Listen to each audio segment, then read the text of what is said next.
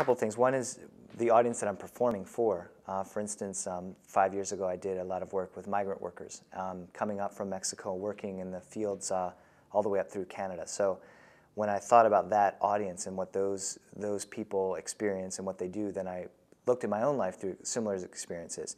So part of it has to do with the audience. The second thing is what's interesting me at any given time. So one day there was a couple kids who had a birthday at the school, and they had the little birthday hats on, and that made me think about a birthday that I had when I was younger. So there's outside influences that influenced me, and so that got me thinking about a birthday party I had, and I wrote a long story about that and performed it for those kids a couple weeks later.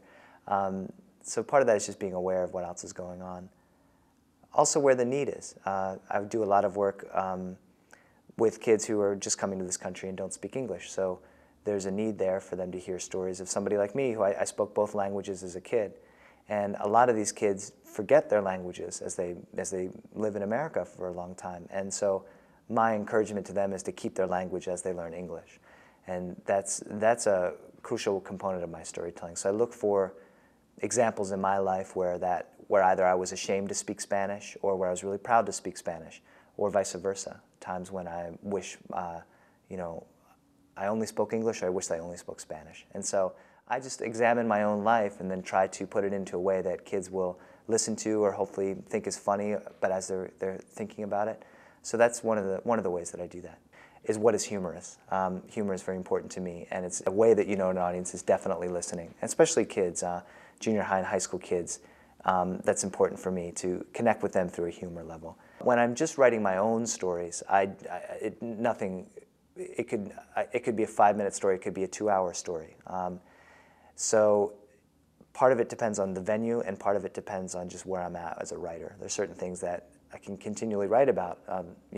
What it was like growing up in two cultures is something that I write a lot about, and sometimes it's all different times. So there's nothing that specifically determines how long or how short. Sometimes I think that there'll be a bigger story, and I sit down and really it's just a 5-minute story. Or it's nothing, it's a journal entry, it's a thought, it's a poem.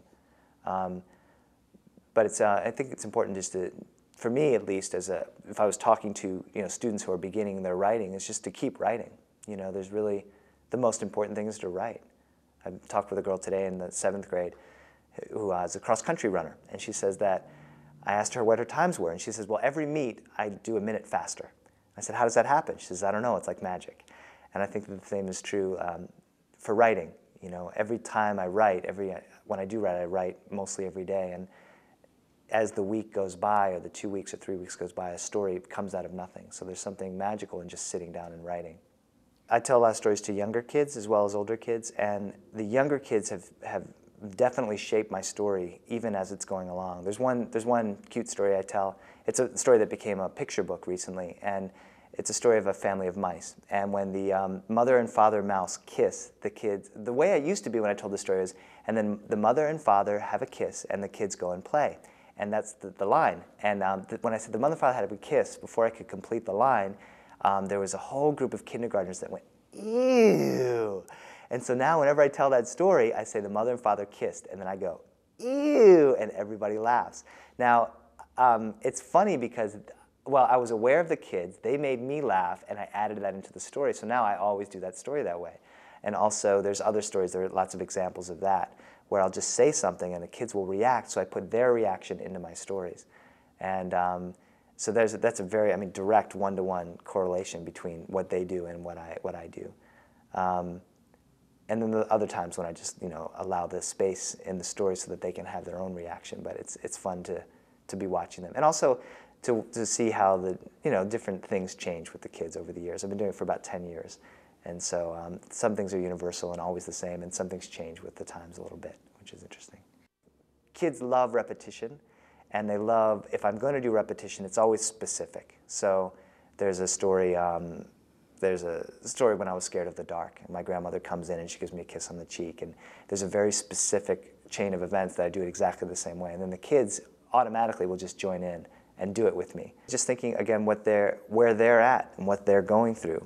Just today I was with the kids, and just listening to them before the assembly, listening to just talking, sitting in the audience with them and seeing what's going on.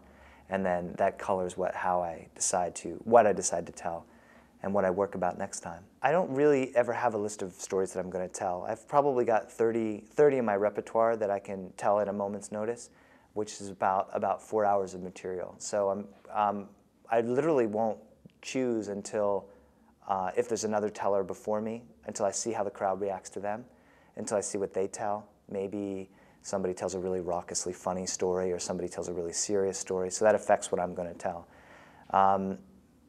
I typically, I am aware of the audience, and I really do want to speak to what it's like living in the two cultures. So there's a certain number of stories that I will always tell over the course of a weekend, like here at this festival. But no, mostly it's just seeing where they're at. Late at night, or late at the end of an assembly, or today I shared this an hour with 2 other tellers. So I was the last one that went, so I had to, adjust my time. They went a little over, so I did a little less, and there's some stories that can't be cut down. So yeah, it's a random. Right now, when I first started, I only had 3 stories. Basically, it timed out to exactly 40 minutes of material, and I needed 45 for a normal assembly, so I would try to stretch them out as much as I could. And now it's nice to have more stories to choose from. So when I tell a story, I don't think about the gestures. Sometimes I just do a gesture that just seems to make sense, or to suggest a movement or something that happens. The reason that I don't practice the gestures is because storytelling, at least for me, it's so in the moment. It's not something that it's not like acting where you've rehearsed every minute, every beat of the thing, or TV. It's completely in the moment what's going on. So if I practiced a certain gesture, and if I'm thinking about how to do the gesture, I'm not thinking about the story. I keep different journals, journal on my computer and a written journal. I have a sketch journal and a dream journal, so I have constant places that I write. I'm really aware of what's going on out in my own personal life. A friend of mine has a 4-year-old baby, or 4-year-old now. He was a baby, and I've been watching his development, and I've been writing stories for him. I just sent a story off to my publisher too, and they just thoughts I have about these things.